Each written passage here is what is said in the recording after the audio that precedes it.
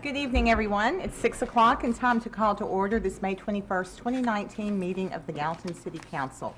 To begin, before we get to business, I'll ask that you stand with me. Councilman Alexander is going to lead us in the invocation, and Councilman Hayes will lead us in the pledge.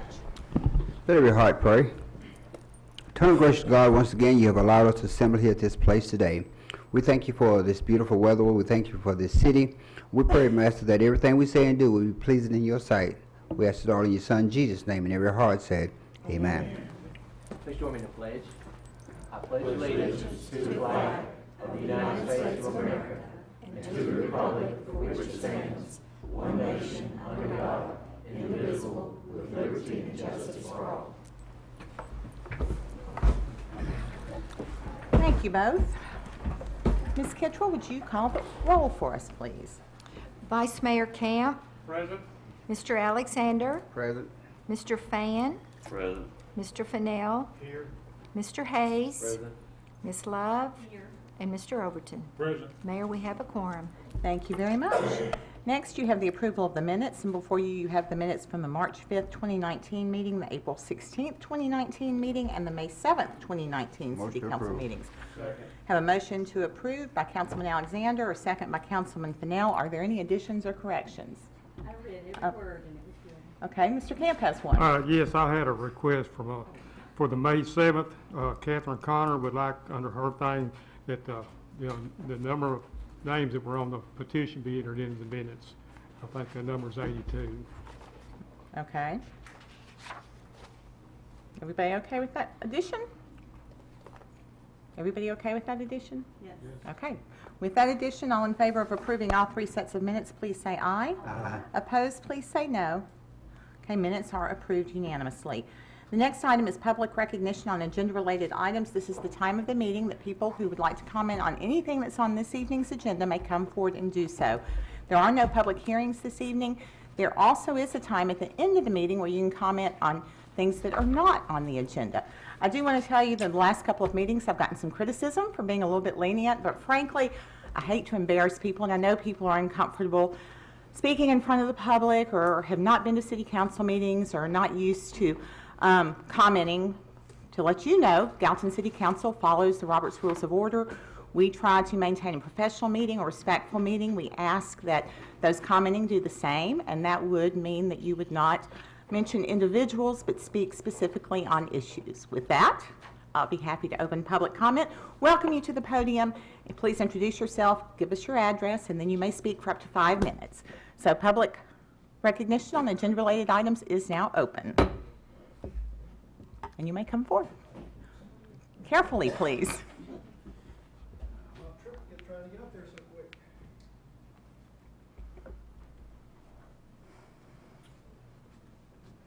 Good evening, Mayor, members of council. Randy Caldwell with Reagan Smith, again here representing MAB on item number 2. Just wanted to make you aware we're here to answer any questions. We don't have any issues with the conditions. There is one thing I did want to address, and I talked to Bill this today about it. There is a condition number 4 in the ordinance language there that refers to a condition of connecting 2 internal cul-de-sacs in there. I think Bill has an exhibit that shows you where that might be.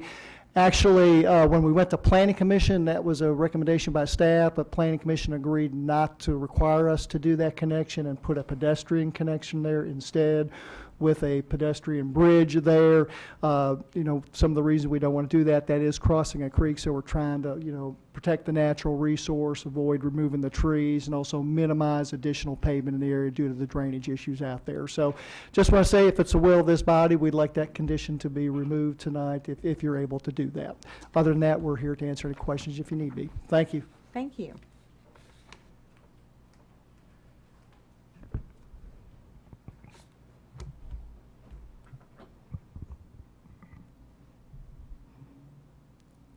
Jessica Stanfield, 494 Ryan Avenue. Good evening, City Council members. I come before you tonight regarding the Windsong development slated for the corner of 109 and South Water. I am by no means naive. I fully know that this piece of farmland in the middle of so much development and traffic cannot stay. What I come before you tonight doing is asking that you amend some components. When I moved into Elk Acres nearly 9 years ago, those dead ends meant that Goodall would extend our neighborhood in the future. I accepted that. Windsong, however, is not an extension of Elk Acres. It is something completely different. Single-family homes 120 inches apart, cottages and townhomes sharing walls and much smaller lot spaces, commercial out parcels that will draw in vast amounts of traffic that forces an overcrowded residential population down streets in Elk Acres. None of this looks or sounds like the neighborhood I decided to raise my family in. 2 weeks ago, I presented a petition on behalf of the residents of Elk Acres who do not want the two subdivisions to join. Of the nearly 110 homes I was able to visit, only 7 stated no to me. 2 homes stating that I wouldn't make a difference in this fight to keep our community safe. Concerns about connecting are numerous. First, they include safety of children and residents. Children can often be seen riding scooters and bikes. They're always out. Connecting allows the traffic volume to increase significantly, making the lives of children and residents playing outside more dangerous. A second concern is speeding. These 2 connecting streets will become a speedway, and there are apprehensions about speeding that will occur on Ryan and Savannah Avenue due to the connection. Another unsettling issue with neighbors is traffic volume. With the connection of Elk Acre streets going into place first, the overcrowded Windsong residents will develop the habit to exit via Ryan Avenue and Savannah Avenue. Once a habit develops, it will be difficult to entice the traffic out to 109 via the traffic lights in Windsong because habits are just hard to break. Our hilly entrance and exit will be a site for more accidents and much longer wait times to exit to 109. City Council, I urge you to consider the compromise that the gentleman from the Economic Development proposed, an emergency gate. No connectivity at Ryan Avenue, an emergency gate on Savannah. This allows emergency personnel an access point in case of emergency or natural disaster, but allows the safety, traffic volume, and speeding concerns to be put to rest. Residents of Elk Acres feel that their concerns were heard and addressed while the City Council meets their emergency concerns. Just sounds like a win-win to me. Other than connectivity, I implore you to keep the 30-foot buffer established between the developments, allowing for greenery, shrubs, trees, and to establish a wonderful, safe, inviting boundary between the areas. This allows for nice, inviting walking space and gives back to the environment. In conclusion, I ask the City Council to put the voices of Elk Acres first. Let's compromise. Let's let the voices of 150 residents make an impact. Consider how these 150 people's lives are going to be negatively affected by the connectivity. Thank you. Thank you, Ms. Stanfield. Hi, my name is Holly Cunningham. I'm at 537 Cali Avenue in Elk Acres. Sounds silly, but just ditto what she said. I am a new resident at Elk Acres. We bought in October of last year, and the biggest perk to buying in this neighborhood was 1 in, 1 out. At the time, I don't know if this was even on the books, but our realtor had no clue. And yes, I saw those signs. It may be developed in the future. Maybe. So I was like, yeah, one day it'll happen, because like Jessica mentioned, it's prime property in Middle Tennessee. What isn't going to be developed at this point? But several people have mentioned the emergency gate, and I really think that's our best alternative. It makes everybody happy. It keeps us safe. Since we haven't had rain, there hasn't been a day I've driven through my neighborhood and I haven't seen at least 5 kids outside playing. Just yesterday I drove home and there were 2 kids on the playground, unsupervised, because they were old enough, but still unsupervised.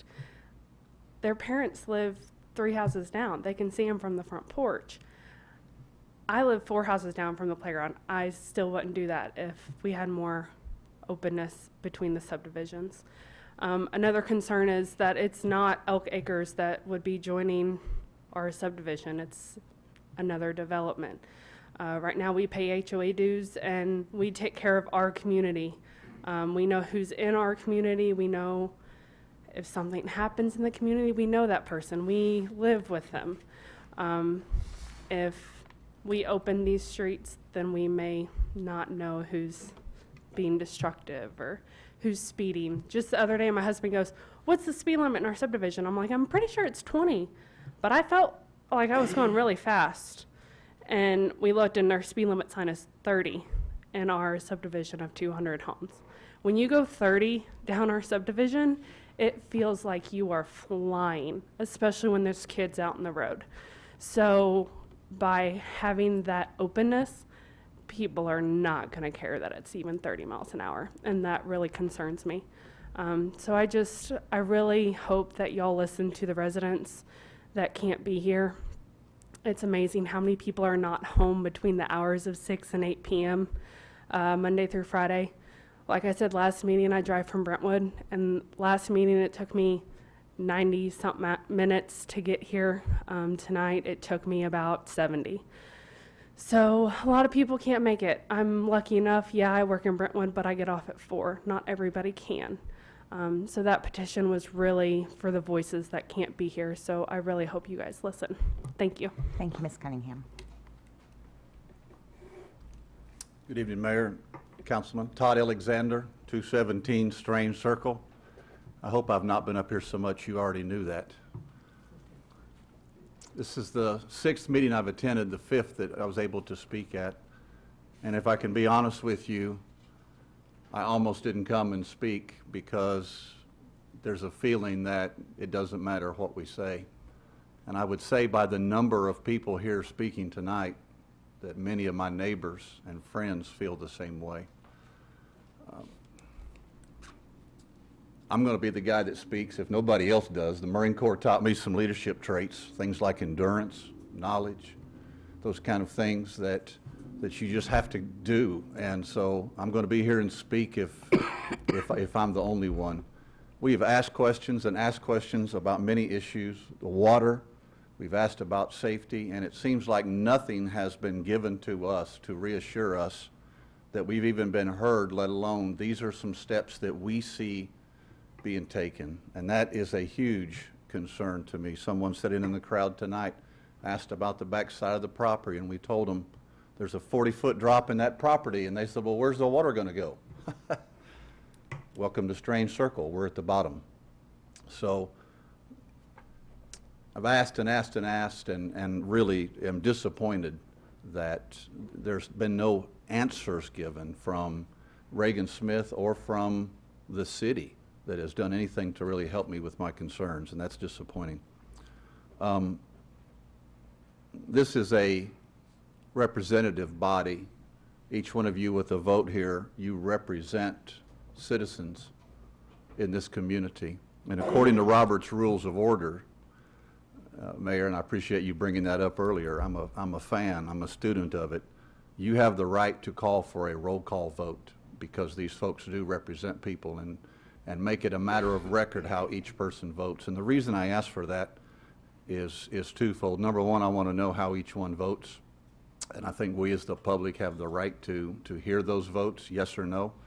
The second thing is I was here when the Planning Commission voted, and I promise you I could only hear about 2-3 voices at the most. It was very quiet. In fact, someone had to ask, what was the vote? It was that quiet.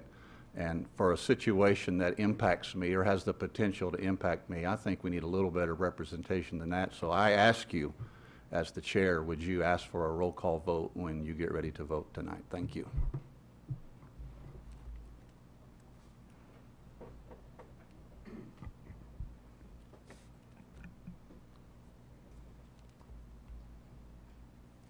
Good evening, my name is Susan Osmansky. I live at 1070 Savannah Avenue.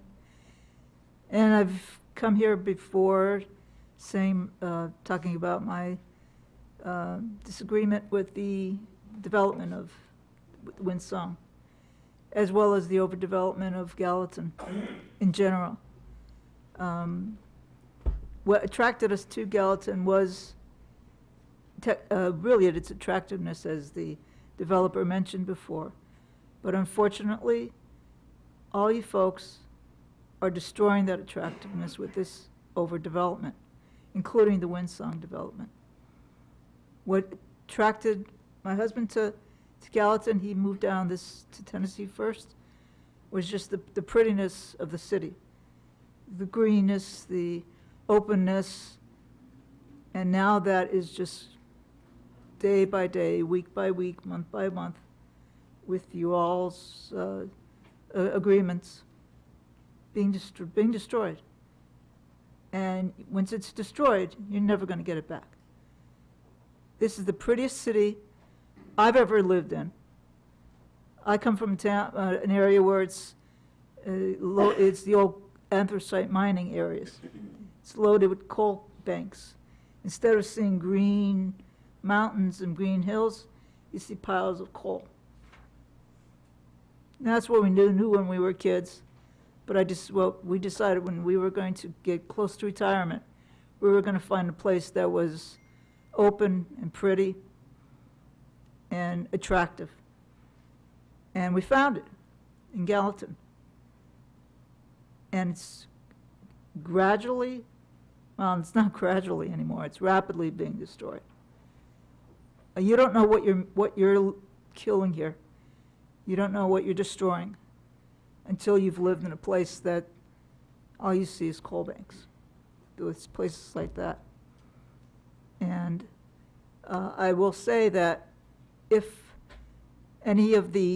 our homes are damaged, because when the other developments had their blasting done, we felt it in Elk Acres. And those were the developments in, Long Hollow Pike, I believe? We could feel the concussions in Elk Acres. If they're doing blasting in Windsong, we're going to not only feel it, we're going to have repercussions. There's likelihood to have damage to the houses, and I'm not going to an insurance company to have any kind of claim against insurance companies. We'll be coming after the city council because we're against this development, and I don't want any damage to my house. And I'm sure the other people in Elk Acres also don't want any damage to their homes.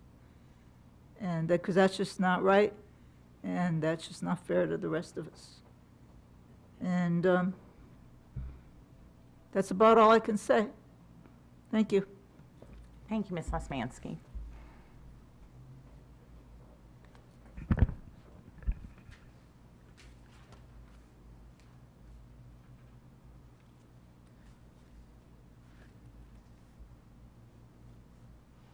Can I start? Okay. Hi, I'm Ron Osmansky, and I'm her husband, and I live at 1070 Savannah Avenue. And I'm actually going to spare you the middle of what I was going to say and just go to the first and last paragraphs. As I was preparing my comments for this meeting today, I realized that everything that anyone could have said has already been said. The Elk Acres residents, my fellow residents, they expressed their concerns over safety, security, the disruption of our quiet and quaint little environment. Mayor, all I want to say is that, you know, I'm against the Windsong development too, because Windsong is not good for Gallatin. Windsong is not good for Elk Acres. And I beg you, when it comes up for a vote today, to vote it down. Thank you, Mr. Osmansky.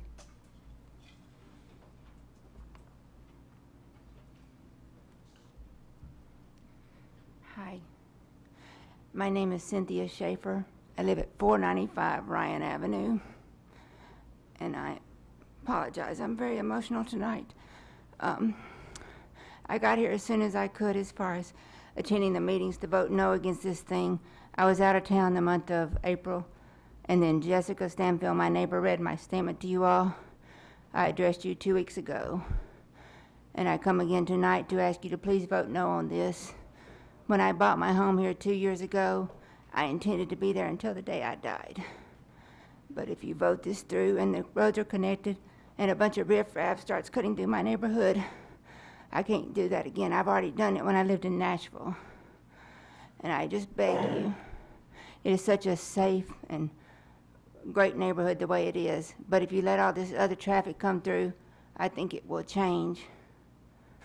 And the safety of the children in Elk Acres is the big concern there. So please vote no on this, I beg you. And thank you for allowing me to speak once again.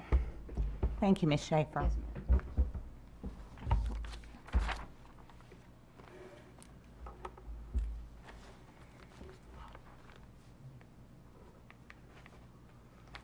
Good evening, Madam Mayor, members. I come to talk about taxes. Not on the evening's agenda. Well, I guess it is. Yes, Tax it rate is, You're Madam right. Mayor. Yeah, It sorry. is. Address, please. 1335 Longodo Park, Gallatin. Pascal Javance. Yes, ma'am. We all received this beautiful new assessment. I have three. One is 63% increase. One is 34% increase. And I have one whose, the number is pretty interesting, who's 304% increase. We're lucky enough that we have time to fight numbers. We already started with the assessor, and that we can afford an increase. My concern is for the people who can't. People who are retired, low-income people who were fortunate enough to buy a house when the price was affordable, people who live on Social Security. When they're going to get a 55% increase on the taxes, how are these people going to do it? That's, that can be a lot of money. I'm lucky enough in my job to meet people from a lot of places. And last week I was talking with a guy who lives in Texas where they went through the same thing. They got a big increase on taxes. And the result was that people actually had to sell their property because they could not afford the tax. And these kind of people, retired, old people, Social Security dependent. So, I'm asking you to consider that when you talk about taxes and see if there is anything you can do to lower or to make sure that the increase is not that much, so people can stay and can afford the raise. That's all I have tonight Thank you. for now. Thank you. Anyone else wishing to speak under public recognition on agenda-related items? I see no one, so I'll declare public recognition on agenda-related items closed. Bringing us now to mayor's comments. I just have several events to mention both to this council and to the public. First, for this council, the Main Street Awards breakfast is in the morning. A few of you have responded that you are going. That's at 7:30 in the morning. Also, this Thursday, there is an Elder Care Expo. It's sponsored by a local law firm, but it's happening across the street at the First United Methodist Church. It's from 8 a.m. until 2 p.m., and it's a good opportunity for people to attend and learn about all sorts of considerations one might have as they age in our city.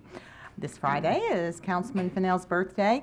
Also, Good Morning America, Good Morning Gallatin. The final Good Morning Gallatin of the year, which is formally the Government Relations meeting, is happening, sponsored by the Chamber. For the first time ever, it is not being held at the hospital. It's being held at the American Jobs Center, which is that new building on Greenlee Boulevard. If you're going towards Hendersonville and you get off, it's to the right there.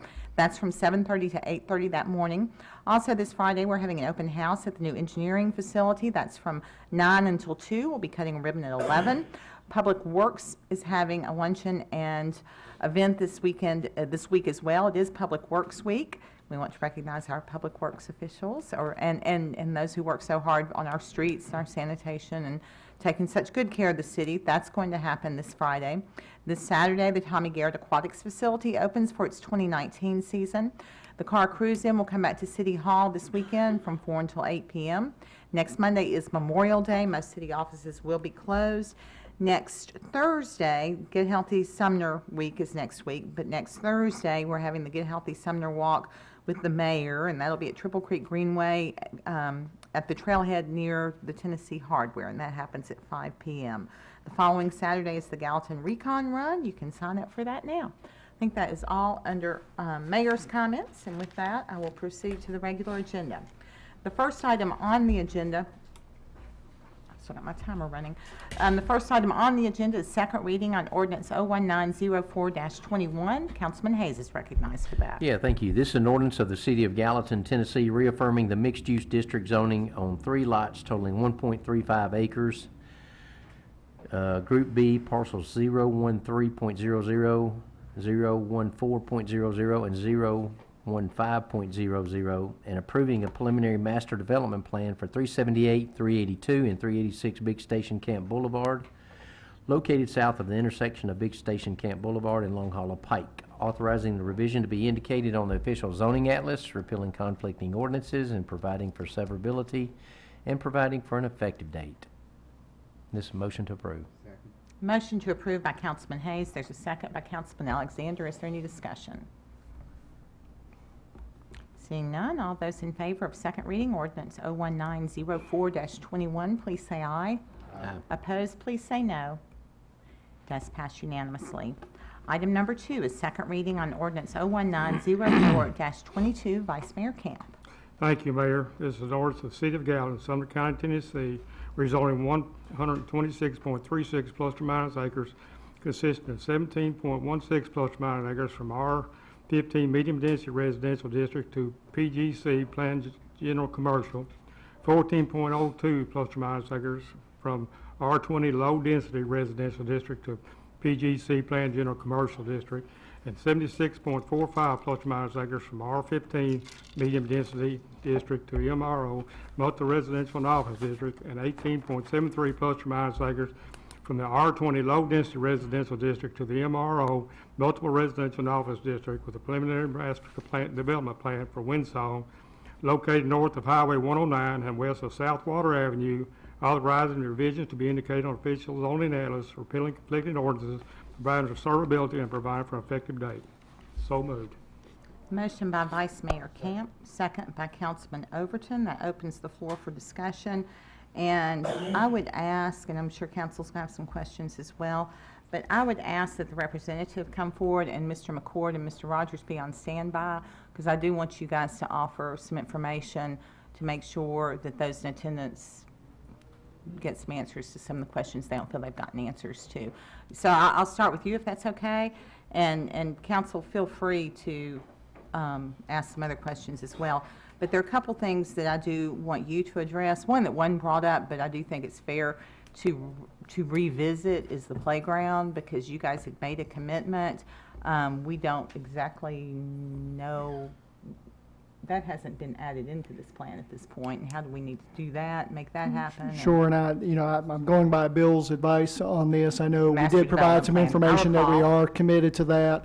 We provided an image of that, so we were hoping, I think, that would be built into the conditions of approval, that a playground will be provided for Okay, that. when you do the master So we are development plan. agreeable to that, yes, ma'am. Okay, talk about, if you would, the plans to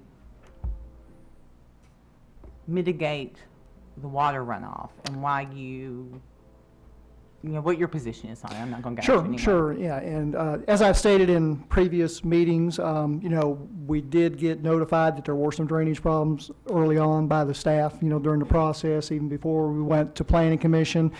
So we were very proactive in getting with them to try to help to understand what that is, and part of the things that we've agreed with the staff to do, as I've stated earlier, is we will do kind of a regional drainage study of the area there to identify where there are problems within the existing subdivision to the north of us and to the west. On there, again, these are problems that are not necessarily caused by us, but due to previous engineering, practices or installation that have occurred. So we've agreed to do that drainage study. In addition, when we met with staff, they certainly communicated they want us to over-design the detention facilities for this site. So rather than designing the detention ponds for the 10-year storm, we are designing those for the 100-year storm as part of that. So that gives some extra protection, extra storage that will help mitigate, some of the things that are occurring downstream.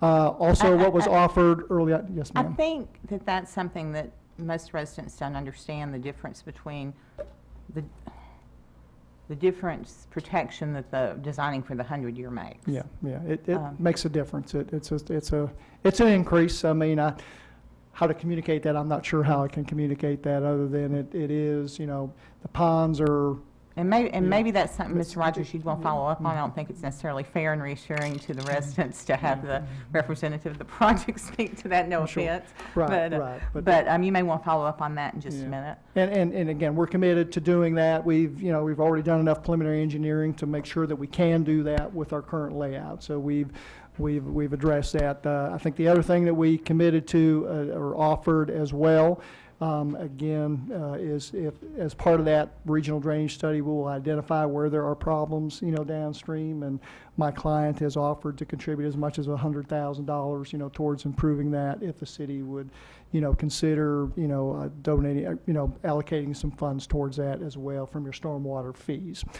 So again, that's going above and beyond, in addition to the additional detention that we're doing as part What of you this. just brought up is something that was mentioned early on. Yes, ma'am. And it would Mhm. not be appropriate for the city to commit to match funds Sure, I from a understand that. developer. What I could say is I do think the stormwater utility does have plans to spend quite a bit of money in that neighborhood to mitigate drainage issues on their own and would gladly accept your contribution. Okay, But, so that may be a commitment that this council, just here, prompting potentially, might be something that this council would want to consider. Buffer. Someone stated they were still unclear on what the buffer was. Yes, that you there's were willing to a, provide. along Elk Acres, because of the zoning classification, there is a 30-foot buffer required. And I think that's normally because you see some higher density, products that are beside that. Since we purposefully, as we planned this out, put single-family detached product next to Elk Acres, so we were just asking to reduce that to 20 foot due to the fact that we're providing a product that's pretty equivalent to what's next door to us on that. And that still has to be planted, and all that for screening purposes according to city ordinance. So that is something that we have requested a variance or, modification of standards to that. Okay, before I ask questions of Mr. McCord or Mr. Rogers, I think Mr. Overton might have had one. I do. I got one question. As you know, in Elk Acres, we do have some, I don't think we have enough, but we have some traffic calming devices on the streets in Elk Acres. Do you have it in Windsong? And if not, are y'all willing to put some traffic calming devices on these streets in Windsong as well? Yeah, we do not, but we'd be happy. I'm sure I'll, be happy to work with staff as we get into construction plans to look at some things that we can implement to help that situation. That's great. Yes, I sir. appreciate it if you do that for Sure. us. Any other council, Mr. Fan? Councilman Fennell, I think has a good idea. The house is backing up to the bypass itself, and it'll be brick along the line in the back. And we have committed to that. We committed to that at Planning Commission. Yes, that the, backing up to 109, that those would be brick facades backing up to that. Mr. Fennell? I know we have a surety, we make them provide a surety bonds. The only thing that worries me is this water these detention ponds not actually working or causing more runoff on the neighbors than what they've got. Is it possible to tie into an surety bond with a certain amount that if something don't work, then they'll have to provide some money to go back into the detention ponds or the drainage area? I mean, at that's Lake what Point? the surety bond is for. Is it enough? That's what. Is it ever, That- is ever any, Yeah. it Well, that ever? you'll have to address to the stormwater and engineering, but they're the ones that figure the amounts for the surety bond, and that's what it's to cover. Okay. Anyone else with questions?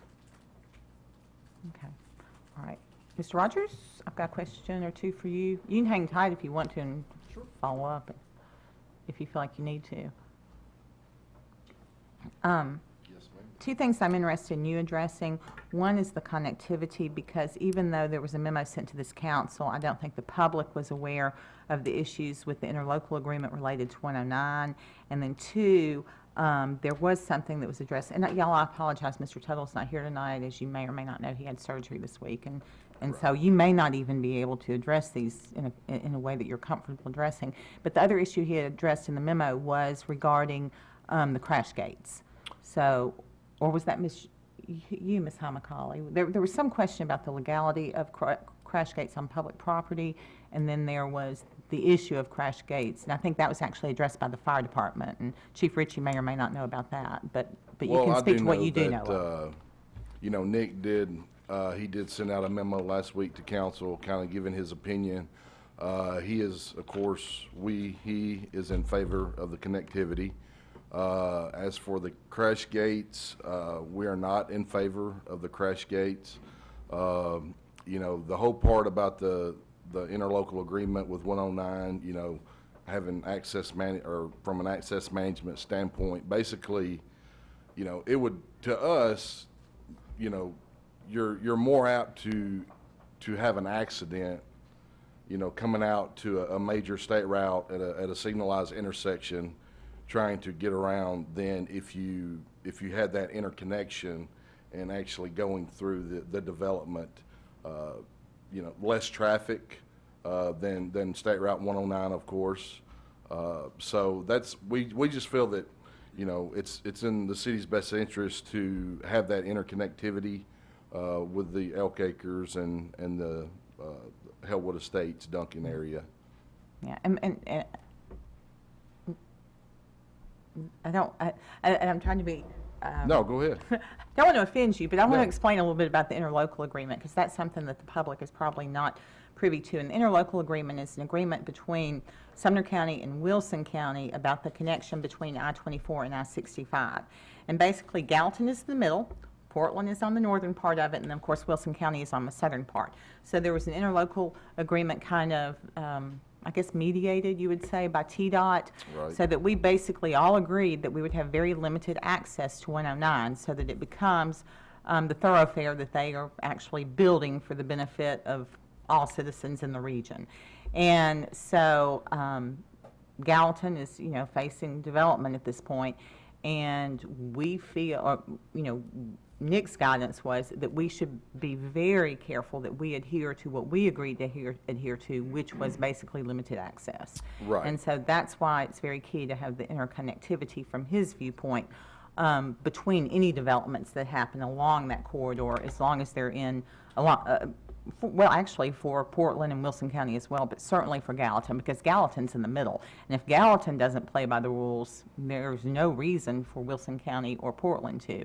Yeah, And that would over access to that corridor would render it absolutely useless. It would turn it into Madison. And so that's what we're Right. trying. Oh, I shouldn't say something negative about it. Oh, I'm so sorry. It would turn it into a similar situation where Nashville Road, where there's multiple accesses and it's very hard to get in and out and that kind of situation. Yeah, there's been a lot of time, money invested in this whole interlocal agreement and the whole, Well, the the corridor. 109 access management plan. You know, basically 109 is the 840, the northern 840, basically, that pretty much went out of the picture years back. So, you know, here within the next coming months, or I guess couple of years, you know, it will be basically a 5-lane section for the most part from I-40 all the way to I-65. And, you know, having limited access, especially here in Gallatin, right in the middle, we just feel is, I mean, it's very important. For us to From a follow safety standpoint. Follow our agreement. Can I ask you too, are you comfortable commenting on the stormwater? Sure, yes. You know, the Reagan Smith, they have agreed to, you know, basically our subdivision regulations call for basically a 10-year design storm. They have agreed to go over and beyond and do, basically for detentioning, do a 100-year design storm. So trying to relate that, I guess, take the 2010 flood, okay? Some experts say that was a 500-year flood, basically. So it's not to that extent, but it's well over and beyond what is required by our subdivision regulations. Do you have any idea, like, what flood level would you gauge that causes flooding in Hellwood? Does it flood currently, or they have some ditch flooding and some crawl space flooding when they have how much rain?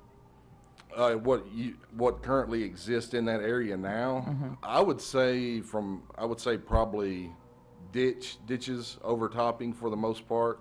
But that would be a 20-year, would that be?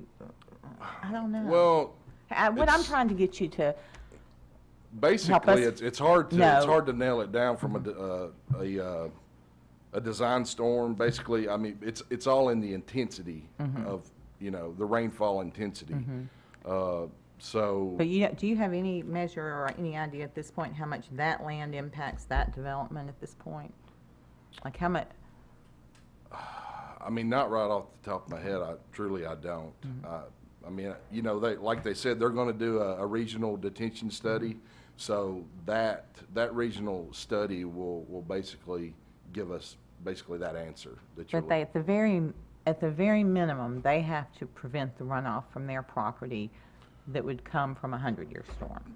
Well, regardless, our subdivision regulations require post-development runoff be less than pre-development. Right. So that's a requirement any sizable subdivision has to meet per our subdivision regulations. So, and with them going over and beyond to a 100-year design for detentioning, then, they're going the extra mile, trying to make sure that, the residents are accounted for. Mr. Alexander? Just in the event that the project don't work as far as the drain off, is there any recourse to come back and say, well, it was supposed to have done this and it didn't do that, so you're going to have to, who's going to be held accountable for that? Well, I mean, we do have, they are required to submit, performance sureties for the development, which basically, whatever that development costs in order, the total infrastructure, we make them put up a surety for 110% of that amount. Gotcha. We hold that amount. Now, they are required they can ask for a reduction. I think it's 2 reductions per year that they can ask for based on work completed at that point in time.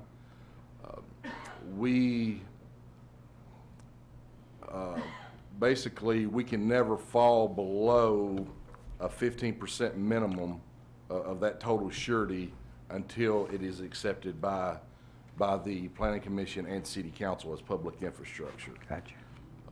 Now, we can monitor as the development occurs, to make sure once these detention facilities get installed that, they're acting properly. And then, if there are issues as we go along, then it's something that, we can address at that point in time. Okay, thank you. Any other questions from Mr. Camp? Yes, I'd like to go back to Duncan Street. I'd like to propose an amendment that crash gates be put in. Have a motion and a second for crash gates on Duncan Street. Any discussion on that proposed amendment? Okay, all those in favor of this amendment, which would put crash gates on Duncan Street, please say aye. Aye. Opposed, please say no. No. Okay, that would be 5 in favor, 2 opposed. Is that correct? Okay, roll call vote, please, Ms. Kittrell.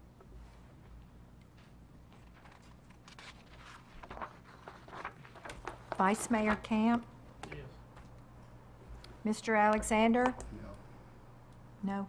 No. Okay. Mr. Fan? No.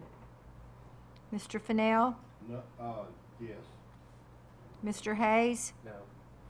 Miss Love? Yes. Mr. Overton? No. 3 yeses and 4 noes. Okay, the amendment fails, and we're now back on the original motion. Ms. Love? I'd like to amend this motion, to completely take away the connectivity into Duncan Street if the crash gates won't work. So I move that we do that. Okay, motion by Ms. Love, second by Vice Mayor Camp. Explain that to me. I think I understand it. I'm saying I'll connect. just to take it out Complete completely on connectivity. Duncan, if we can't have the crash gate. Let's have a motion and a second. Again, Ms. Kittrell, I'm going to ask for a roll call vote on this. Wait one Wait, second. okay, discussion, I'm sorry. Why couldn't we have a crash gate? Because you just voted against it?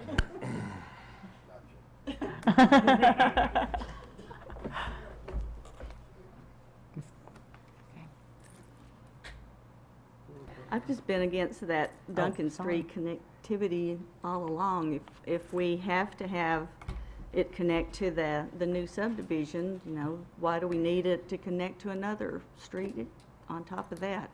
A long street where people already speed. That's my feeling on it. Okay. Mr. Rogers, Counsel, are you okay with him addressing a question on that? Were the traffic calming measures that the developer is planning, would that include traffic calming measures in that neighborhood as well? Yeah, I mean, we can look at doing traffic calming measures. There's several different means of traffic calming that we've used in other areas here within the city. And we could definitely look at, doing some of those type techniques in order to, assist with the potential speeding issue that people think may arise for that interconnectivity. Thank you. Anyone else with discussion or questions on this amendment? I believe that the project is good. It's going to be developed. I like the project fine. It's just that connecting to the other streets. I can understand what these residents, how they feel. One thing was brought up about the fire department not being able to get over there. I don't know really why they couldn't get across the street since we just built a new fire department for them, but instead of going down Duncan. But I'm for the project, just not for connecting. Any further, Mr. Overton? Mayor, I would just like to, and I've been on here for a while, but I'd just like to remind everybody that, this is a hard decision for us. But, guys, you got to look all over the city where we've connected streets. I mean, Browns Lane in Fairview subdivision, when they were going to put in the townhomes, the planning department, and they asked us to leave these streets open for connectivity to get people off of Nashville Pike. We done that. To my knowledge, I don't think we've had 1 ounce of problem since we left that street open. They built, all the condos are built out at this point. And I could go on and on with a lot of other subdivisions. The planning department just approved a subdivision on Browns Lane that connected a subdivision to Browns Lane. And I could just go on and why you're trying to get traffic off of these main roads. And by the way, I serve on this 109 corridor committee. And guys, I'm trying to stress to you the importance that we have to abide by this 109 corridor study, management plan. Because if we don't, we're right in the middle of this. And if we don't, we can't expect Lebanon, Portland, or anyone else to adhere to this. And it's so important to get these, and as you heard 2 weeks ago, how much traffic is on 109 at this point, and 5 years from now it's going to double. You got to get them off of these main roads, guys. We don't have any choice. So the committee that you're on, Yes, sir. I always thought it was because of as many roads that we was accessing on the 109, but there's more to it. A lot more than to that. it. It's to get traffic off of there, and because it's going to be a major thoroughfare going through there, and it's try to get the local traffic off of there as much as possible. And that's why I didn't keep on. I was going to say I'd rather it not be connected to the new subdivision either, but since that was brought up about the 109 agreement, that's why I'm just narrowing it down to the Duncan Street. And just to finish that, this is only one of 2 projects that they're doing this quarter study on. There's another one in Cleveland, Tennessee. I think it's right outside of Cleveland, Tennessee, that it's that important that the state of Tennessee is spending the kind of money and spending the kind of time that they're doing, because they know this is the last leg of 840. And as somebody said earlier, this traffic is going from 40 to Interstate 65. Actually, I think I said 24 24, incorrectly. it is. Well, I guess technically it It is. really is. Yeah. But and the state of Tennessee spent a lot of money, a lot of time. This study's been going on now for some 4 or 5 years. Steve, he could probably answer that as well as I do. Steve serves on it as well. But the state of Tennessee spent a lot of money and put a lot of resources into this. And as much as every subdivision we have would love to close off and not let anybody come through there, and I don't disagree with them.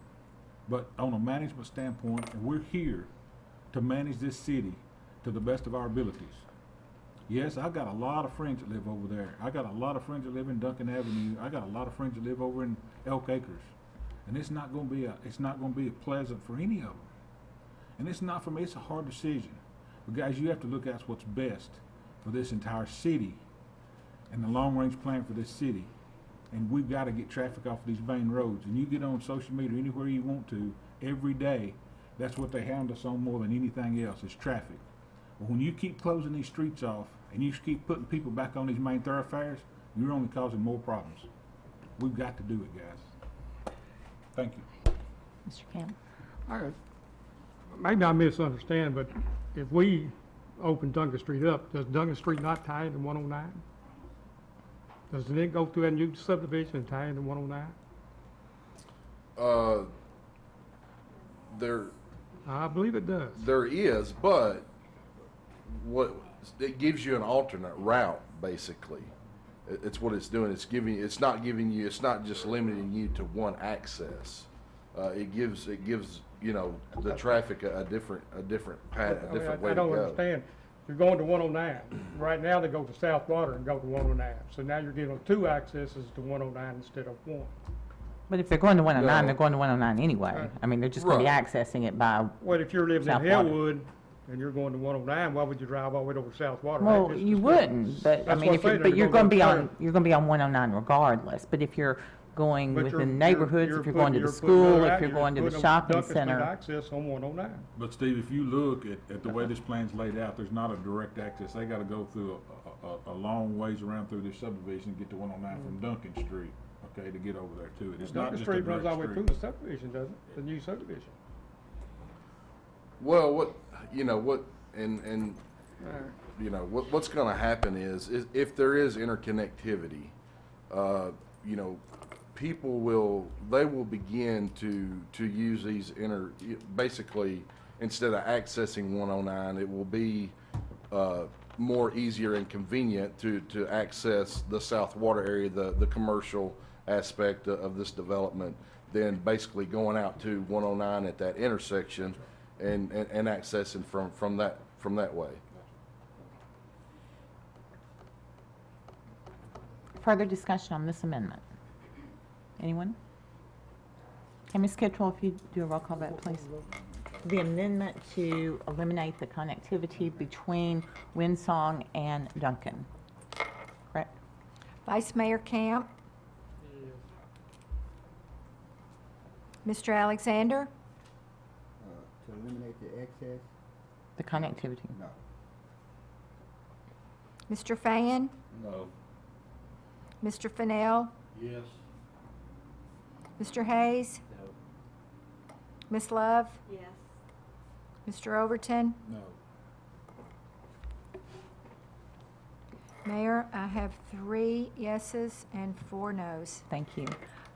So the amendment fails. Back on the original motion. Any further discussion on this? Does anyone have any questions for Mr. McCord? Or Mr. McCord, is there anything that you feel like we haven't touched on that needs clarification? Mayor, I Yes, sir. have one. Okay. And that's what the developers ask us at the first of this, that they put in here, the planning commission asked us just to do the pedestrian bridge and not the street that connects the two cul-de-sacs. Okay. So that's what I want to be sure is in. If I have to make an amendment, I can. I don't know if I need to or not, but Yeah, that would be an amendment that So I'll you make would an make amendment to that- that condition to match what the planning commission approved. The original condition that's included in your ordinance tonight is one that was presented to the planning commission. The planning commission did amend that slightly. What this will do, instead of requiring a street connecting the two cul-de-sacs interior to the development, it would only require a pedestrian connection between those two areas. Okay. Would you articulate that motion so that Mr. Overton and Mr. Fennell can agree to it? It's reflected in the highlight on the handout that you have. So that would be the Provide- language that would substitute for that condition. So your that's motion would be included to in- provide a pedestrian connection between the Ryan Avenue Extension North Cul-de-sac and the Duncan Street Extension West Cul-de-sac. That's right. Motion by Jimmy, I second. Okay, I thought it was Mr. Fennell. So motion by Councilman Overton, second by Councilman Hayes. Discussion on this amendment. Okay, all those in favor of this amendment, please say aye. Aye. Opposed, please say no. It does pass unanimously. Okay. back again to the motion now as amended. Are there any comments, further comments that you feel need to be offered, Mr. McCord, for clarification? And Ms. High McCauley did ask me to let you all know, based on an earlier question of mine and the public as well, that the playground is a condition of approval. Otherwise, no, the ordinance stands as amended. Okay. Any further discussion on the ordinance now as amended? Okay, are you ready to vote? Okay.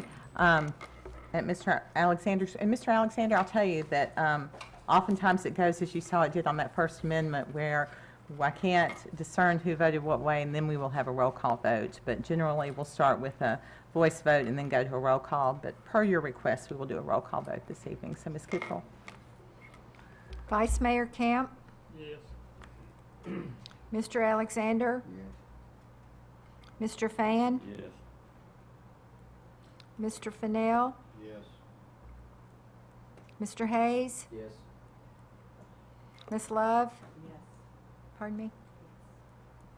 Mr. Overton? Yes. Mr. Alexander, were you a no or yes? Yes. Okay, I'm sorry. That was hard for me. I don't hear well. So, Mayor, we have a unanimous vote. Thank you. And I'm sorry, that was second reading on ordinance 01904-22, and it did pass unanimously. Item number 3 is second reading on ordinance 01904-23. Councilman Hayes is recognized. Yeah, this is an ordinance of the City of Gallatin, Tennessee, rezoning a 4.372 acre portion of a parcel from the PGC Plan General Commercial District to the MRO Multiple Residential and Office District, and a .143 acre portion of a parcel from the Residential 8 Planned Residential Development District to the MRO Multiple Residential and Office District with the preliminary master development plan for Kensington Road, located north of Freedom Church Road and west of Greenleaf Boulevard. Motion to approve. Have a motion by Councilman Hayes, a second by Councilman Fan. That opens for discussion. Any? Seeing no one indicating that they wish to discuss, this is second reading on ordinance 01904-23. All in favor, please say aye. Aye. Opposed, please say no.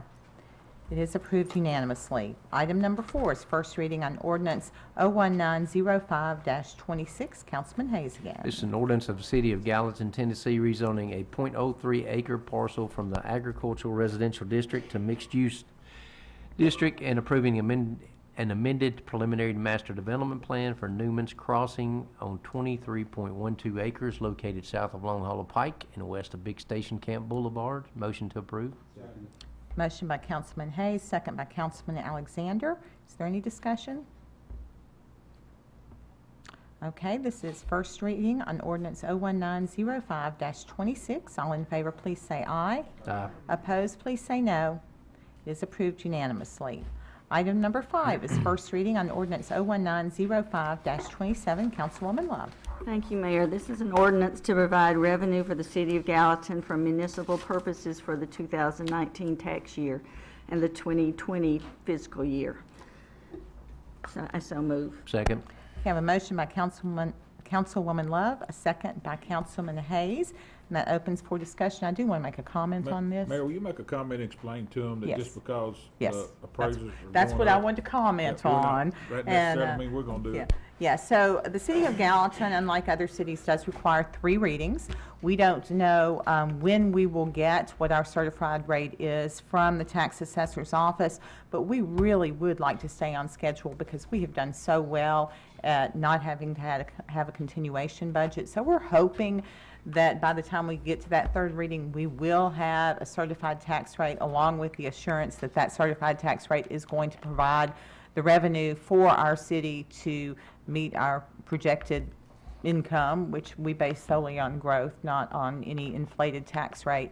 Right now, it reads 99 cents. We've been told it could be reduced 30%, it could be reduced 40%, we don't know. But when we get those numbers from Mr. Isbell, we will then amend the ordinance to change that amount and figure out exactly where we want to set that tax rate before we pass it on 3rd reading. That is my plan. That is guidance from our finance director, and happy to answer any questions regarding that.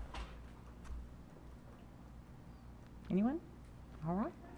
This is first reading on ordinance 01905-27. All in favor say aye. Aye. Opposed say no. Does pass unanimously. Item number 6 is first reading on ordinance 01905-28. Councilman Fennell. Thank you, Mayor. This is an ordinance of the City of Gallatin, Tennessee, adopting the annual budget for the fiscal year beginning July the 1st, 2019 through June the 30th, 2020. I so move. And there were some changes made from when it was presented at work session. $7,500 was added to the Parks and Recreation budget. There was, I think, $40,000 that was moved within the fire department's budget. There were some changes made to the stormwater budget. Is there anything else that was done since then? There was a change to the actual ordinance because we failed to put one of the nonprofits in there, but it was in my presentation to you all. Is there anything else?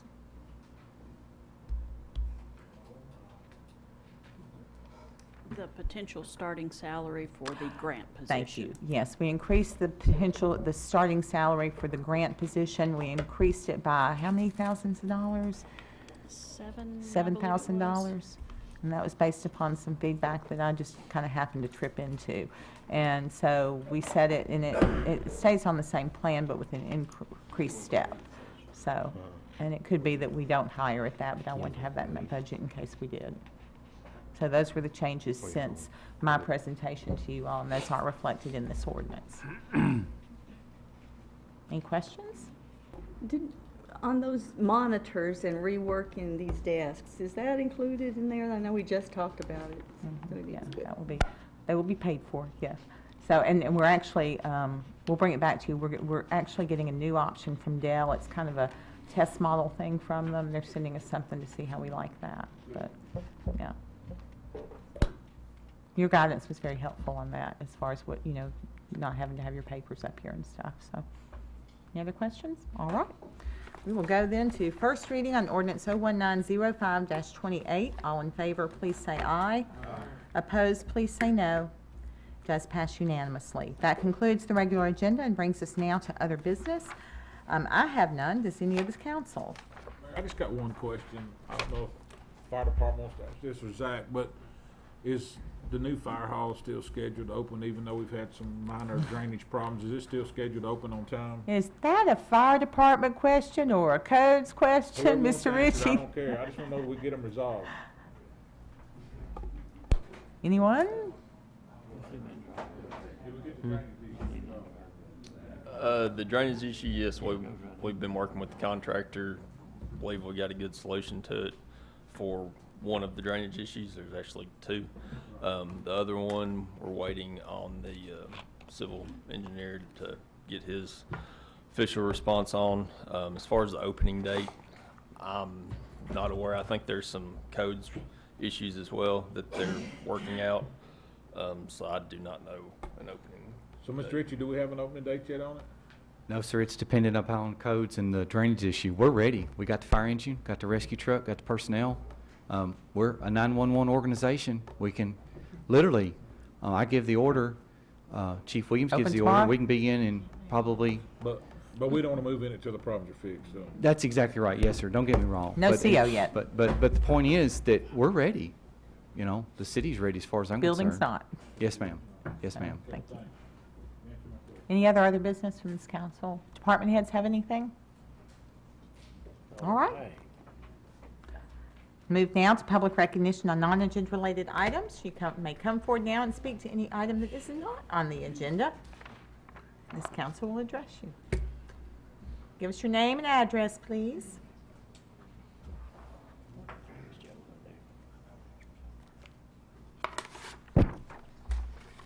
Jason Kinnaman, I guess 122 West Franklin Street would be the address this is concerned with. I'm requesting to reserve 14 of the spaces closest to Franklin Street on the second Thursday of each month for the rest of the summer for a bike show. We have quite a few bikers in this town, a lot of money on Harleys in this town, and we'd like to just have an area where people can come, show off their bikes. Which Thursday is it now? Second Thursday, which does not conflict So it with third wouldn't interfere with Thursday. the third Thursday Yeah. on the square? Let me ask Ms. Hamacali this. When the car show did this, did we get any permission from surrounding businesses? Do you know? Yes, we did. We have the petition. You might remember, Mr. Kinnaman, do you remember the car show? No, I never had signed a petition for the car show. I thought they did go around and get some kind of, we would have to research that. And you're saying 14 spots just kind of right out in front of your place? Right out in front of, I've already talked to Swaney's and Philly's. They'd be interested in trying to get people in their business as well on a Thursday night. I mean, summertime, we lose people to All Daddies, we lose people to the Rudder.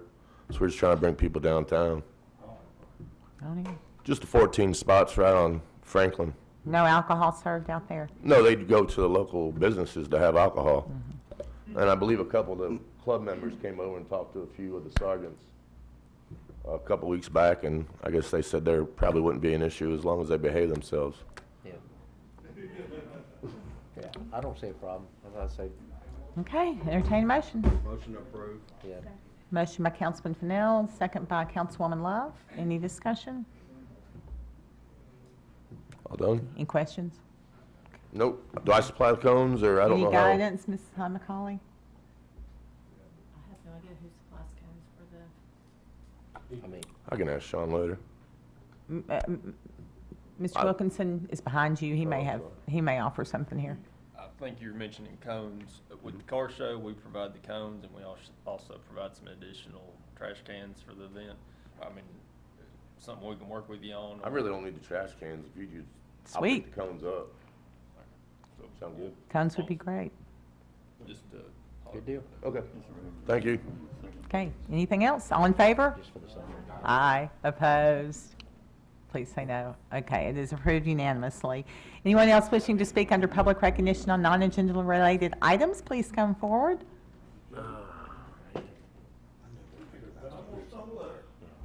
Don't stumble. He married, you know he married Jeannie Buckman's daughter, young girl.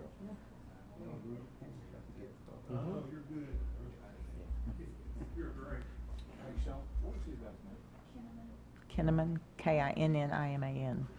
K-I-N-N-A-M-A-N. Chubbs. My name is Joe DeBoer, and I live at 1007 Hart Street here in Gallatin. Main thing on it I want to share with you folks tonight, Mr.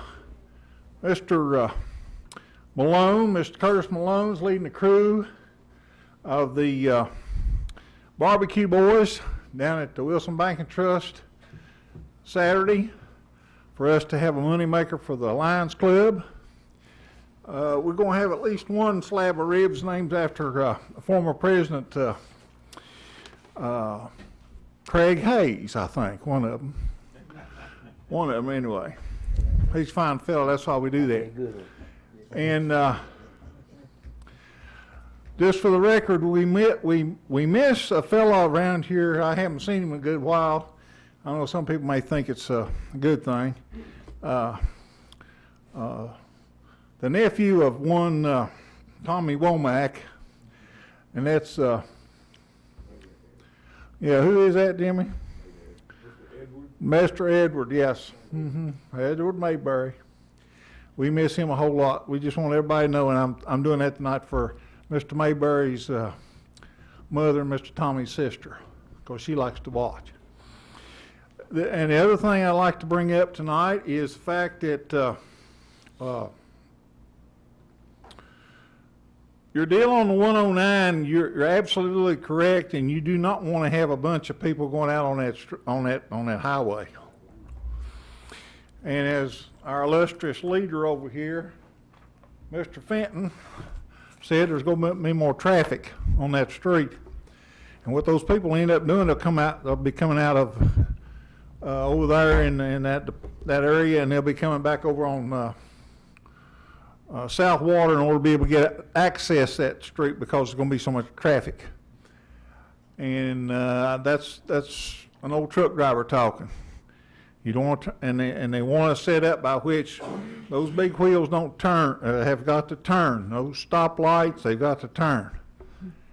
I would submit to you folks tonight that 840 ain't dead. because that thoroughfare down through there is gonna be majorly clogged, and it will not do the things that they wanna do, and the Tennessee TDOT is trying to do something for nothing, and you don't get something for nothing. It's good for right now, but it's not gonna last. End of story. Thank you. Hey, Mr. DeBoer, what time's the barbecue sale? Oh, Mayor, your daddy's got your name in the pot, I believe. Well, that's fine, but About 8 o'clock, come stumbling down there. You are advertising something and not telling people what time it 8 is. to whenever we run out. You sure it's 8? I didn't think it was 10. It's down here at Wilson Bank and Trust. You sure it starts at 8 a.m.? Huh? You sure it starts at 8 a.m.? Well, whenever Curtis and them will be down there cooking all night, All right. run them out of bed. Thank you. Thank you all. All right, Next. let's go. Oh, no, I'm joking. Okay.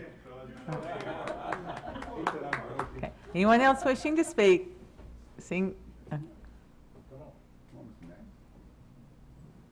sorry. Hi, everybody. My name is Robert McMurray. I'm trying to open up a business called The Lounge. What's your address, sir? That's 227 Dorothy Jordan.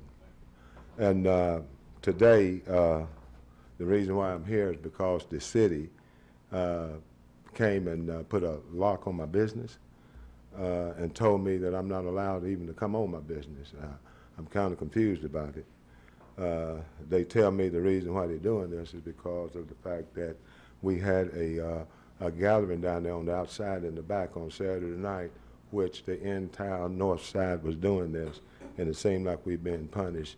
But this is why I think that this is happening to me. Because of the fact that June the 13th, 2016, I purchased this building from Mr. Odom, and I retired in May of 2017. But since July of 2016 to date, Mr. Jim Oham have harassed me about this business, and truly speaking, I don't ever think he ever took it off the market because of his threats that he's going to sell this place, he's going to sell this place. And the reason I think he is behind this and trying to make me look like the bad guy with the police department and the codes is because he lost 2 attempts in court to breach his own contract. And thank God for Johnny Garrett, my attorney, and the Judge Hunter, which didn't listen to the case. He threw it out. And because of Judge Carter, who did listen to the case and then threw it out again. And when he did that, he came by and he signed all the codes papers so we can do all of that work. I spent tens of thousands of dollars. I paid him tens of thousands of dollars. And because he couldn't get this building back in court, he have blocked off the right-of-way, and he has continued the threats with me, and the only thing I'm trying to do is open up a business, and we feel like that Mr. Odom is behind all of this. We're unhappy with it, and to make payments on a building, and the city to tell me that I got to come through them to go to work, and that's why I work. Been working there since I retired from the Sumner County Board of Education. I get no pay, and we're trying to pass codes. We do everything the code have asked us to do. Okay, Mr. McMurray, I'm going to interrupt you because I do want you to stay on the issue related to the city, which would be the codes issue. Yes. Do you want us to try and help here? Let me ask the representative from the codes department. Do you happen to know, Mr. Smiley, if you guys are the ones that locked the building? Does anyone know? Mr. Wilkinson? Yes. He claims. We locked the building at the direction of the police department. Okay, and the police department directed because? Codes violation. Okay, and, Drinking alcohol on the property. okay, I mean, he doesn't have a permit. Do they have an occupancy permit? He hasn't followed the rules to, Okay. I mean, but you said drinking alcohol on property. yes, sir. You just can't go out and have a party in the Yeah. backyard just because you want to. Well, There's sir, laws everybody against on the it. north side of town having parties in the backyard. Well, Yeah. And we're the only ones being penalized. Well, Mr. McMurray, I think there is a difference between Oh, a okay. backyard party and one at a commercial establishment. But I But think that that's the in the- appropriate that's in the function at back. this, That's- or the appropriate way to proceed at this point would be for you to meet with the codes department and figure out exactly where we are, because this council doesn't know. And there's nothing that this council can do at this point to exactly remedy what your issue is. Ms. High McCauley may have further guidance. She is our attorney. So I don't know if you want to say something or if you want to talk to him afterwards. you got the letter, didn't you, Mr. McMurray? I didn't get that. Yeah. This tells you what you did wrong. No permits for the location, no life safety inspections, no business license, no code inspections, no certificate of occupancy. Well, can and- I point out, can I really? I mean, just do the right thing and you I- can I mean, I am tired of looking like the bad guy with this.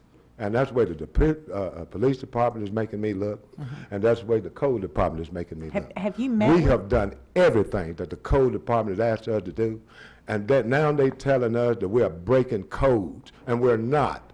Well- I mean, codes came by there and asked us not to let nobody go inside that building, and we haven't. We have continued to work on it. And so what they're doing to us is not right. I mean, but if y'all can't help me, I do understand. I don't want to waste your time with it. Well, But what they doing to me is not right. They tell me that don't let nobody go in the building. I didn't. But this is Mr. Odom doing this to us, and y'all got nothing to do with it.